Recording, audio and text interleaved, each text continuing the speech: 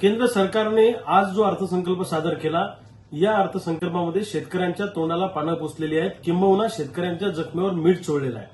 शेतकऱ्यांच्या दृष्टीनं काही ठोस या अर्थसंकल्पामध्ये केल्या गेलेलं नाहीये.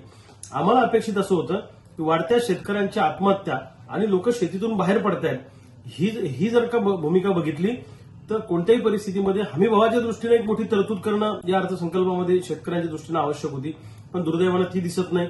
सिंचनाच्या दृष्टीने कुठली मोठी तरतूद याच्यामध्ये केलेली नाहीये.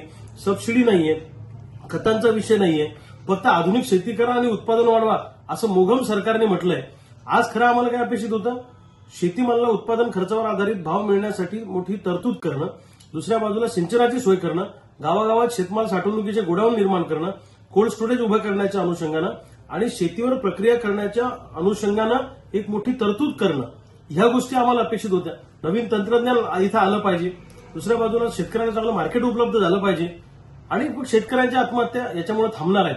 पण दुर्दैवानं शेतकऱ्यांच्या दृष्टीने या अर्थसंकल्पात काही तरतूद केल्या गेली नाहीये. निव्वळ आणि निव्वळ शेतकऱ्यांच्या तोंडाला पानं पुसली आणि शेतकऱ्यांची दिशाभूल करणारा हा अर्थसंकल्प आहे.